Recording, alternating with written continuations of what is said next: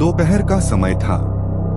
अजय शहर से अपने गांव लौटा था और मनोज के साथ गांव की पुरानी गलियों में घूम रहा था।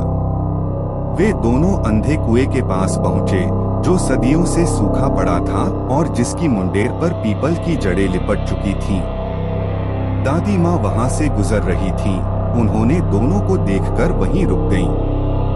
दादी माँ ने गहरी आवाज में कहा, अजय, रात होने से पहले लौट जाना और इस कुएं की तरफ देखना भी मत। अजय ने लापरवाही से हंसा, दादी माँ, ये कुआं तो 50 साल से सूखा है, इसमें अब क्या बचा है?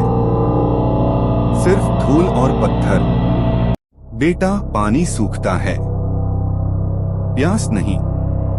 रात ढलने के बाद इसकी परछाई बदल जाती है, दादी माँ ने धीरे से कहा।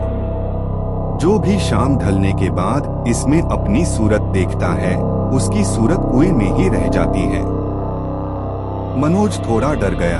दादी माँ ठीक कह रही हैं, अजय, यहाँ से चलो।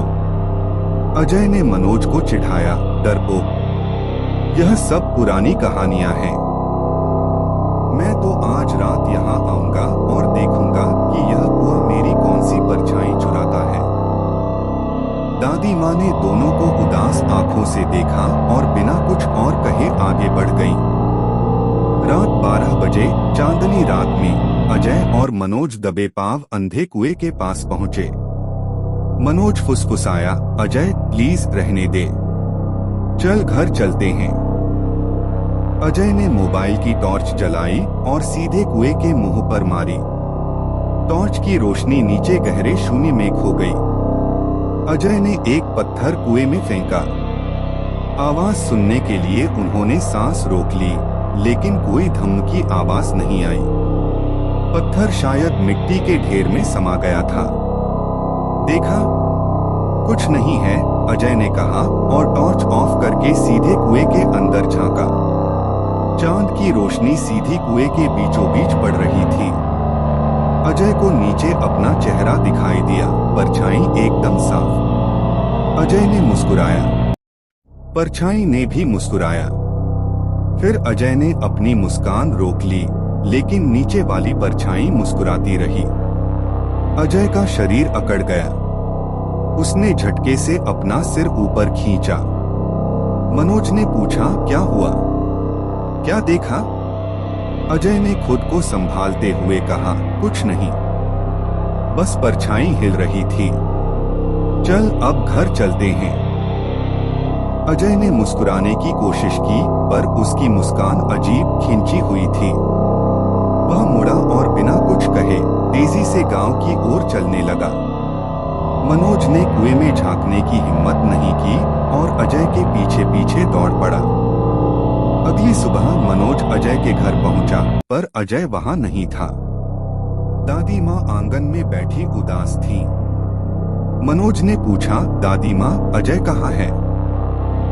दादी माँ ने कांपते हुए जवाब दिया, वो सुबह जल्दी उठकर बिना कुछ बताए उसी कुएं की तरफ गया है, शायद कुछ देखने गया है।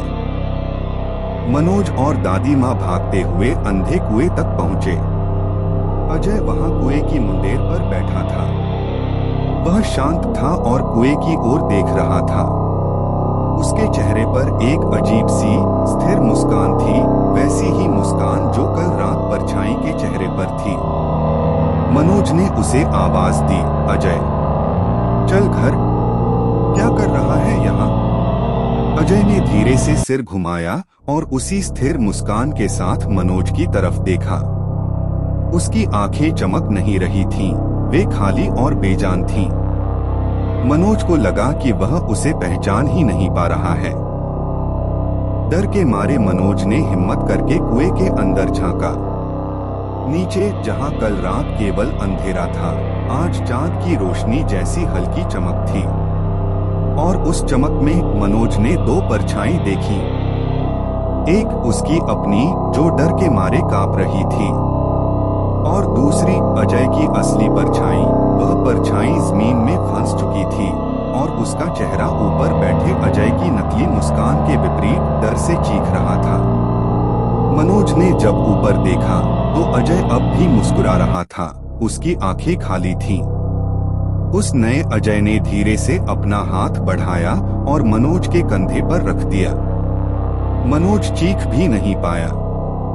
वह जानता था कि अब गांव में अजय की परछाई घूम रही है, जबकि असली अजय कुएं की गहराई में कैद हो चुका है।